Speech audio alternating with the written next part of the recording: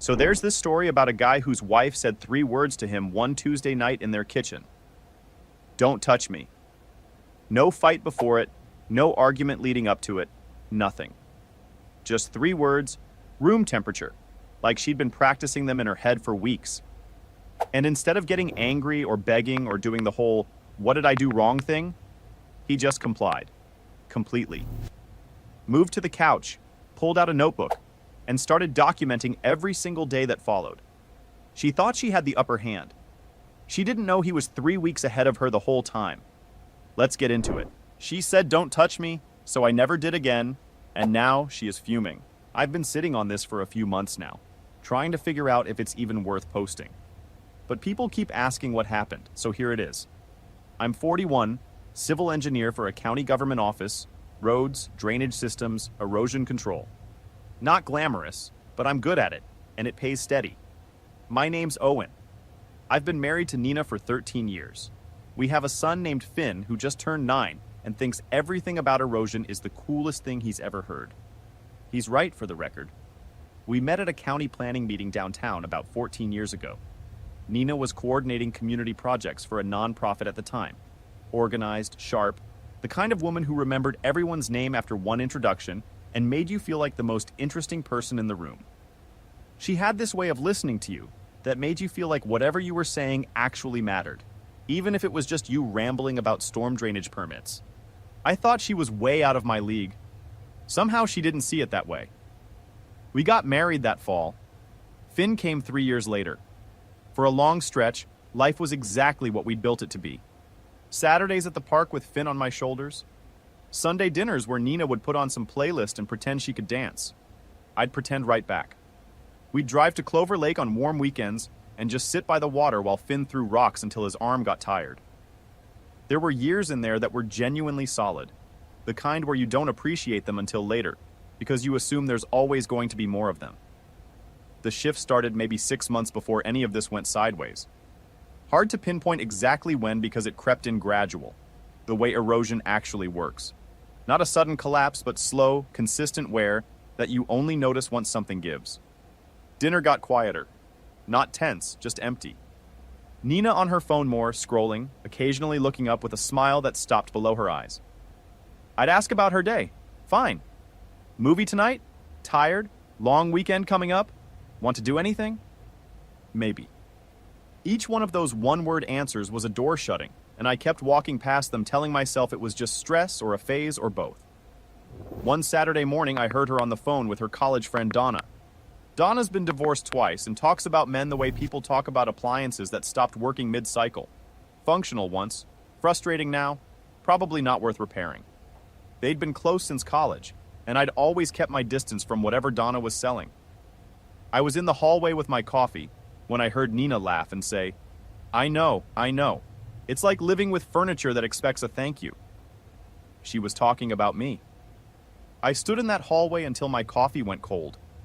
That night I almost said something. I had a whole sentence ready. But I looked at Nina across the table, and she was already somewhere else, half smiling at her screen, and I told myself maybe I was reading too much into it. 6 months of rough patch, and I kept trying in the small, quiet ways I knew how. I fixed the kitchen faucet she'd been complaining about for 2 months. Booked a dinner reservation at the Italian place downtown she'd mentioned once. She canceled with a headache. Rescheduled it.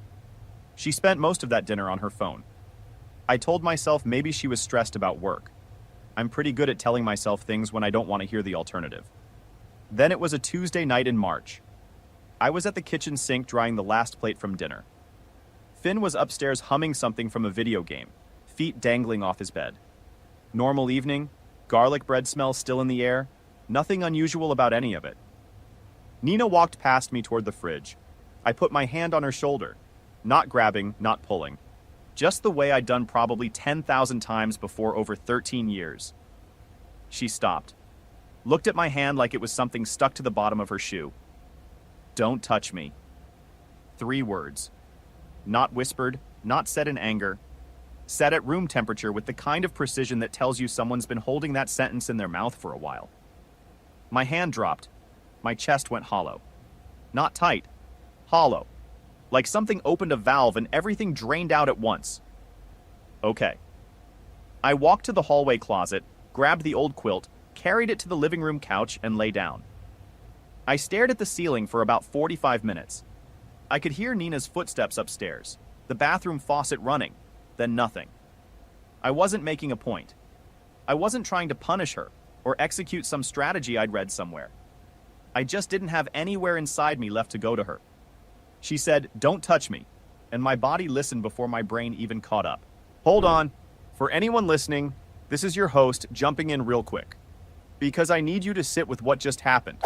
He didn't yell, didn't slam a door, didn't do that thing guys do where they sulk in the garage for 40 minutes, then come back pretending nothing happened. He heard, "Don't touch me," said okay, and went to the couch. That's it. Nina expected him to beg, expected flowers and a speech and him trying harder. And instead, she got a man who just took her at her word. Which is genuinely the most terrifying thing you can do to someone who didn't actually mean what they said. Buckle up. Wednesday morning. Up before everyone else, made coffee, packed Finn's lunch, turkey sandwich, apple slices, that little note I always slip in. Been doing that since first grade, it just became the routine. Left for work without saying good morning to Nina. I didn't think about it. I just didn't. That night at dinner, I talked to Finn about his science project. Erosion, how rivers carve canyons over time. His eyes lit up, explaining the whole process like he'd invented it. Nina watched me from across the table. "You're quiet tonight," she said. "Long day," I told her. She went back to her phone. By Thursday, I'd started carrying a small notebook in my jacket pocket. Not because of a plan, because of something my friend Wade Foxworth had told me maybe 2 years earlier at a diner over coffee. If things ever go sideways, Owen, write it down. Dates, times, what was said. You think you'll remember. You won't. And a courtroom doesn't care what you felt. It cares what you can prove. I'd forgotten that advice completely until this week. I pulled the notebook out at lunch and wrote, Tuesday, March 4th, kitchen, 7:45 p.m. N stated, "Don't touch me. No argument proceeding. No provocation." Wednesday, March 5th. No conversation initiated by N. No inquiry about sleeping arrangement. Couch night 2. It felt clinical. Good. Clinical was something I could hold on to. Friday evening, Finn was at a friend's house for a sleepover. Nina stood in the kitchen doorway while I was reading on the couch. "Are you coming to bed?" "I'm good here." 5 seconds of silence. I could feel her trying to calculate what had changed and why it wasn't correcting itself. "Whatever," she said, and turned and walked away. I wrote it down. Saturday, she made blueberry pancakes. My favorite, ones she hadn't made in probably 2 years. Set a plate in front of me with a careful smile. I said thanks, ate them, washed my plate, and went to mow the lawn. I wasn't punishing her. I wasn't running some revenge arc from a podcast. She wanted distance and I gave her every inch of it. But to Nina, it was supposed to be temporary, like snapping at a dog that jumps on people. She expected me to flinch, apologize, come back with something. The old version of me would have been halfway through an apology before she even finished the sentence. This version just mowed the lawn. Sunday night, 1 week exactly. Nina came into the living room at 10. I was on the couch with a notebook and a glass of water. "Why are you sleeping out here?" I looked up. "You told me not to touch you." This seemed like the clearest way to respect that. I didn't mean... She had the look of someone who started a sentence and had no idea where it was going. For maybe the first time in our 13-year marriage, Nina Yates had no words ready. Her mouth opened, closed. She went upstairs without another sound. I wrote it down. Sunday, March 10th, 10:15 p.m. N asked about sleeping arrangement. I referenced her statement of March 4th. N did not dispute. Returned upstairs without resolution. Monday morning, I called Wade from the parking lot at work. "How bad?" he asked. "I don't know yet, but I want to know where I stand." Wade gave me a name, Frank Hamill, family law attorney downtown. "Not flashy," Wade said. "Doesn't put his face on bus benches. But he's the one you want when things need to be properly documented." I called that afternoon. Frank could see me Thursday. Tuesday evening. Nina tried something new. She came home with food from that Thai place on Henson Street we used to love. Set it all out on the table with candles, the good plates, the whole production. I sat down, ate, told her it was good, helped clean up. She touched my arm as I passed her at the sink. I didn't flinch, didn't pull away. I just kept moving like her hand was weather passing through. Her eyes tracked me to the couch. Owen, are we okay? I don't know, Nina. Are we? She didn't answer. I wrote it down. Pause. That's me again, not Owen. I want to name what Nina is running here because it's textbook. Cold shoulder, no reaction from him, then pancakes and candles and a hand on the arm at the sink. She's cycling between cold and warm, trying to get a rise out of him. And he's not biting. Not because he's playing games, but because the tank is genuinely empty. There's a difference between pulling away to get a reaction and pulling away because there's nothing left to pull from. She's trying to fill a tank that isn't even in the garage anymore. And the worst part for her? He's writing down every single move. Keep going. Thursday, March 14th. Frank Hamill's office. Wood paneling that probably hadn't been updated since the late 80s. Coffee on the burner since morning. Frank was maybe 60. Wire-rimmed glasses, patient eyes. The kind of man who listens like he's getting paid by the silence rather than the words. I showed him the notebook. He read for 3 full minutes without saying anything, then looked up. You're an engineer. Yeah. I can tell. He set the notebook down. Kansas is no fault. But pattern of behavior matters, especially in custody and property division. If she initiated the rejection of the marital relationship and you simply complied, that's not abandonment on your part. That's compliance with her stated wishes. I asked what happened if she told a different version of events to people. Frank took off his glasses and cleaned them slowly. That's exactly why you keep writing. I left his office with a retainer agreement and a weight in my stomach. Not about the money, about the fact that this was real now. I was building a record of my own marriage falling apart, one dated entry at a time. The drive home felt longer than it ever had before. The week after the attorney visit was the strangest one yet.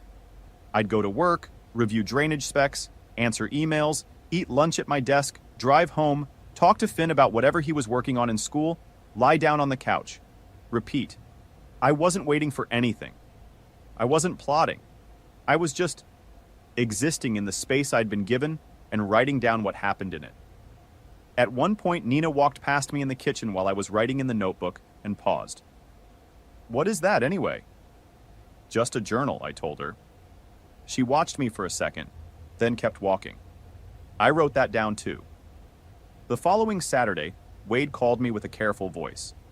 His wife Megan had run into Donna at a social gathering on Kansas Avenue, and Donna was out there telling people that I'd gone cold. That Nina had been reaching out and I kept shutting her down. That I'd moved to the couch and refused to come back. I sat in my truck in the driveway. Engine off, hands on the steering wheel. 10 minutes. I didn't move. She told me not to touch her.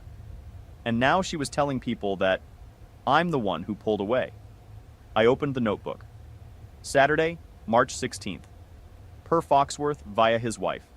D. Marsden telling mutual acquaintances that I initiated the physical and emotional withdrawal.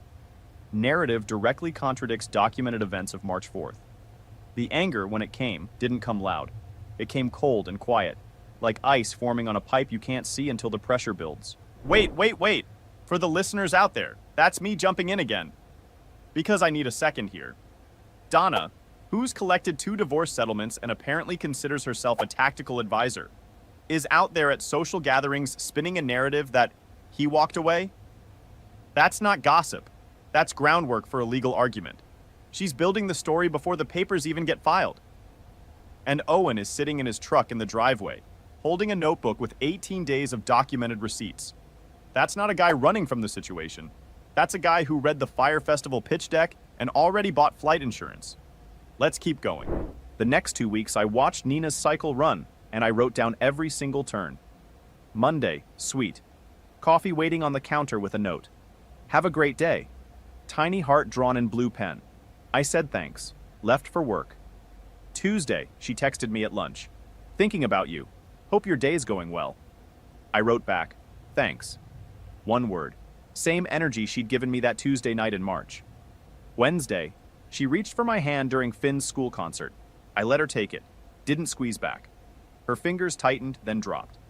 Afterward in the parking lot, she said he played so well. I said he did. She waited for more. There wasn't more. Thursday, 22 straight hours without a single word directed at me. Not one. I counted because that's what I do now. I wrote it down.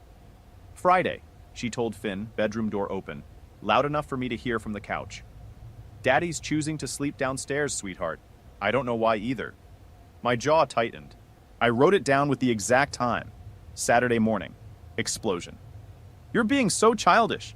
Sleeping on a couch like some teenager who got his feelings hurt. You told me not to touch you.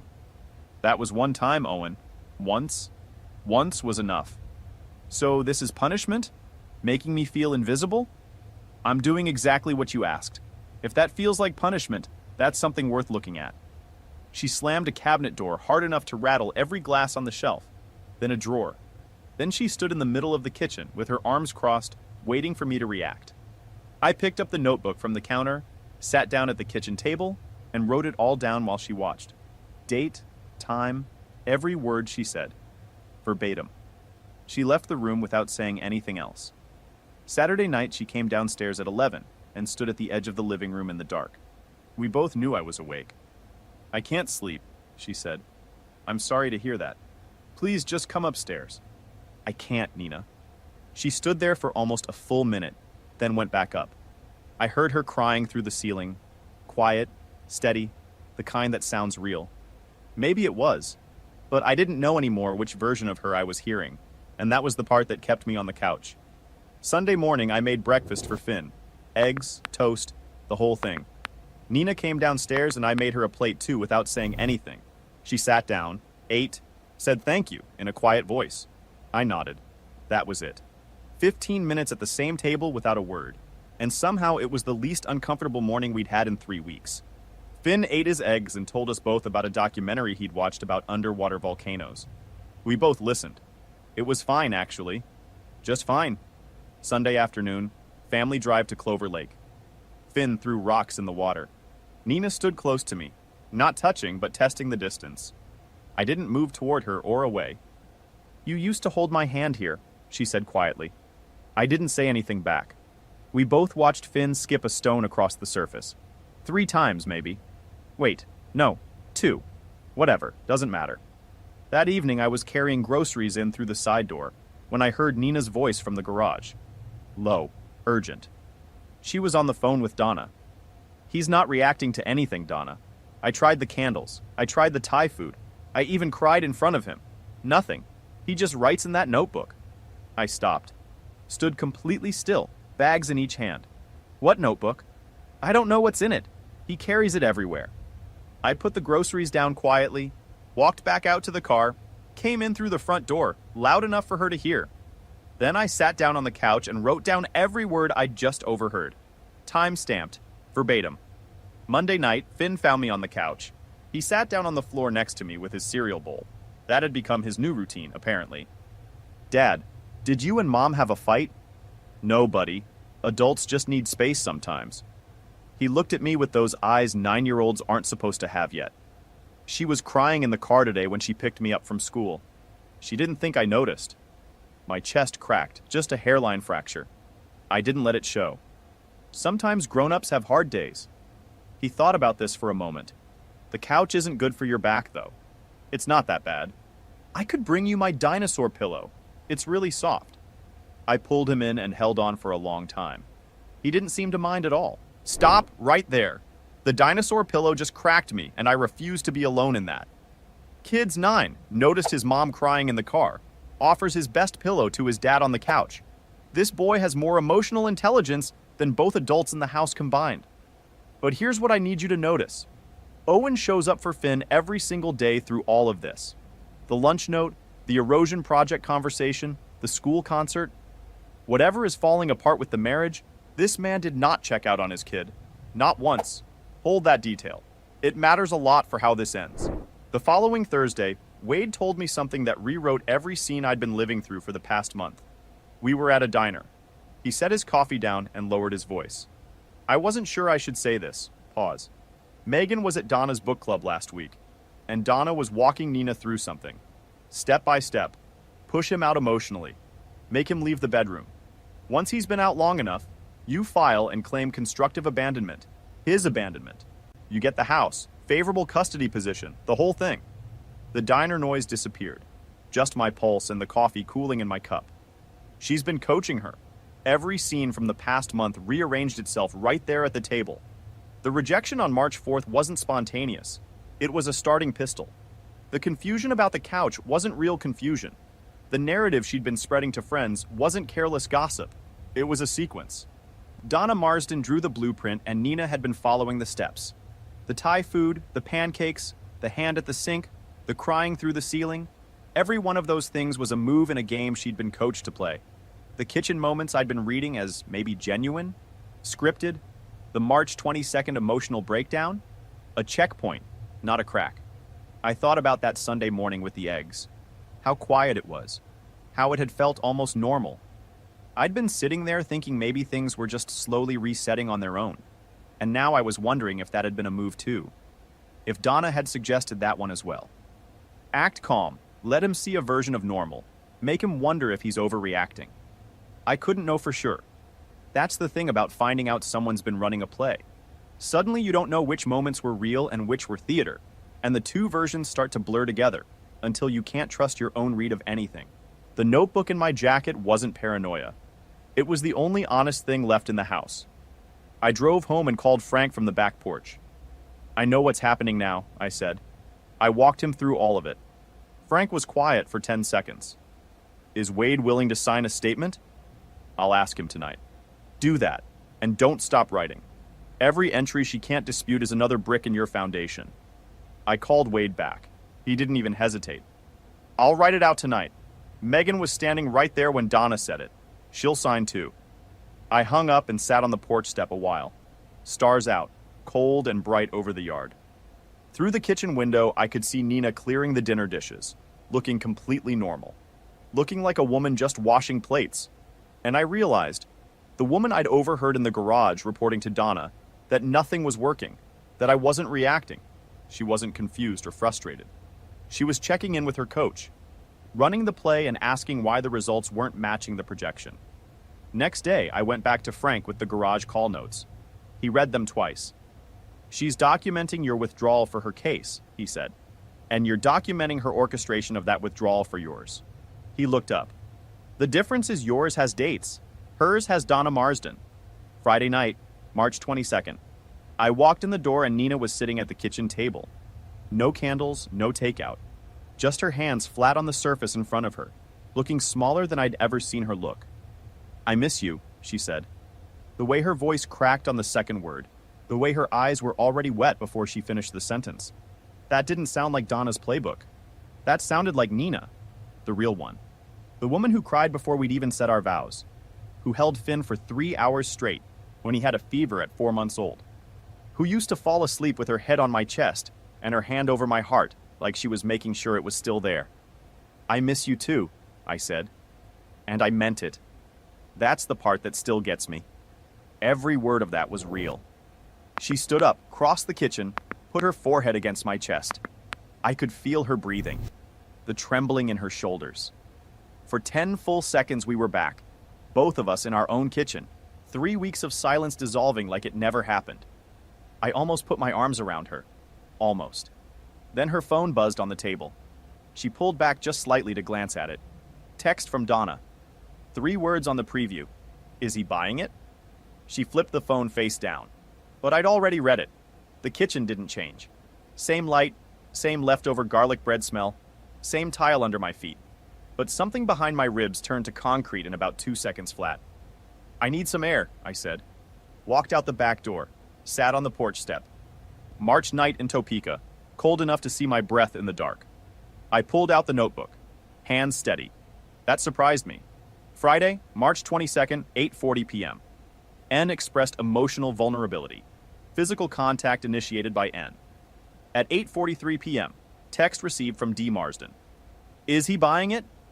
N attempted to conceal message. Entire interaction appears coordinated. I sat out there until my fingers went numb. Then I went inside, lay down on the couch, and stared at the ceiling until morning. Tuesday, April 1st. Exactly 4 weeks since the kitchen. I came home from Frank Hamill's office with a manila folder. Inside, 28 days of dated entries in my handwriting. Wade's signed statement about what Megan overheard at the book club. A timeline Frank had assembled showing the full pattern. Rejection, narrative reversal, coached reconciliation attempts. The text. Every piece dated, every piece factual. Finn was at Wade's house for the evening. I'd arranged that at lunch. Nina was starting dinner. I set the folder on the kitchen table. "What's that?" she asked. "Sit down, Nina." She sat. I walked her through the whole thing. Not angry, no raised voice. The same tone I'd used presenting drainage findings at a county planning review. Clear, measured, documented. March 4th, what she said. March 10th, what she asked. March 16th, what Donna told people. March 22nd, the text. Her face moved through 4 expressions in under a minute. Confusion, recognition, fear, then something I'd never seen on Nina before. Raw, unfiltered panic. "Owen, Donna was just trying to help me feel like I had some control over what was happening. She coached you through a manufactured abandonment claim. Push me out of the bedroom, rewrite the story for our friends, build a file for court where I'm the one who left. I didn't want a divorce. Then what did you want?" Silence. Long enough that I could hear the kitchen faucet dripping. "I wanted you to fight for me." Almost a whisper. "You were supposed to get angry, push back, show me you still cared enough to not just say, 'Okay, don't touch me' was supposed to be a test. You were supposed to fail it and come back anyway." There it was, the real thing underneath all the coaching and the performances and the hot and cold cycles. The belief that love means he fights even when you push, that his persistence proves devotion, that "don't touch me" has exactly one right answer, and it isn't compliance. That's not how I love, Nina. I love by listening. You said "don't touch me." I listened. I didn't mean forever. You didn't say temporarily. You said it like it was final. And then you spent 4 weeks telling people I was the one who walked away. She broke. Not the careful tears from the night of the text. Real ones, from somewhere deep, messy with sound. Her shoulders folded inward, her hands pressed into her face. Donna said if I didn't take control, I'd end up like her, alone with nothing. Her voice came out rough and small. I was scared. I'd been scared for months, and instead of just saying that to you, I let her convince me there was a smarter play, that I could control how this went. She looked up, mascara streaked, eyes red, afraid in a way she hadn't been afraid before. And instead, I built exactly what she has, twice over, a folder full of documented lies and an empty kitchen table. The silence that followed had weight, the kind you feel behind your sternum. Can we fix this? I don't know, but this folder goes to my attorney tomorrow regardless, because I don't let anyone rewrite my story, not even you. She nodded slowly, like she understood that. Like some part of her had known it was coming since she flipped the phone over and saw my face. Final update. Frank filed the petition the next morning. The hearing was quiet. He presented the notebook, 28 days, every entry in my handwriting. Wade's signed statement, the timeline. Nina's attorney tried to argue emotional distress on her behalf. The judge read the March 22nd text, set the folder down, and looked at Nina for a long time without saying a word. Primary custody went to me. Weekends and Wednesdays for Nina. The house stayed with Finn, which meant it stayed with me. 28 days of entries in a pocket notebook. That's what it came down to. 3 months later, June in Topeka. I'm on the back porch. Finn's running through the sprinkler, laughing the way only 9-year-olds laugh. Like the whole world is just water and sunlight, and absolutely nothing else matters. Nina picks him up on Fridays now. She's different, quieter. She stopped seeing Donna, or Donna stopped calling. I genuinely don't know which, and I don't ask. A few weeks after the hearing, Finn found the notebook on the kitchen counter. He picked it up, looked at the cover. "Dad, what's this?" "Just something I used to keep track of things, buddy." He flipped it open to a random page, squinted at the handwriting like he was trying to decode it. "It looks like work stuff." "Yeah, kind of like that." He set it down and went back to his cereal. I put the notebook in the kitchen drawer and haven't opened it since. Don't really need to anymore. Last Friday, Nina stood at the front door waiting for Finn to grab his overnight bag. She looked at me for a second. "I'm sorry," she said. "Not about the lawyers or the house, about that Tuesday. For saying 'don't touch me' when what I really meant was I didn't know how to let you in anymore. I think I hadn't known how in a long time. I nodded. I didn't tell her it was okay. It wasn't. But I heard her. Finn thundered down the stairs, backpack bouncing, hugged me hard. Bye, Dad. I'll bring the dinosaur pillow back Sunday. Okay, buddy. I watched them pull out of the driveway, poured a glass of water. Stood at the kitchen window for a minute, just looking at the backyard. The sprinkler still going. The porch step where I'd sat so many cold nights with the notebook on my knee. Then I went out and sat on that step again. She said, "Don't touch me." So I didn't. Didn't touch the marriage either. And it turned out those two things, the hand on the shoulder and the whole 13 years behind it, were always the same thing. Look, I'm not going to pretend Owen's some saint who did everything right in this marriage. But when the woman you've loved for 13 years says, "Don't touch me," and then spends a month building a legal case out of the fact that you listened, your only move is the notebook. Not a screaming match, not begging, not a big tearful speech, just dates, times, and the truth on paper. Courts don't care about feelings. They care about what's documented. He understood that before he ever talked to a lawyer. Drop your thoughts in the comments. What would you have done that first Tuesday night on the couch? And if you're not subscribed yet, hit the button. Next story's already loaded.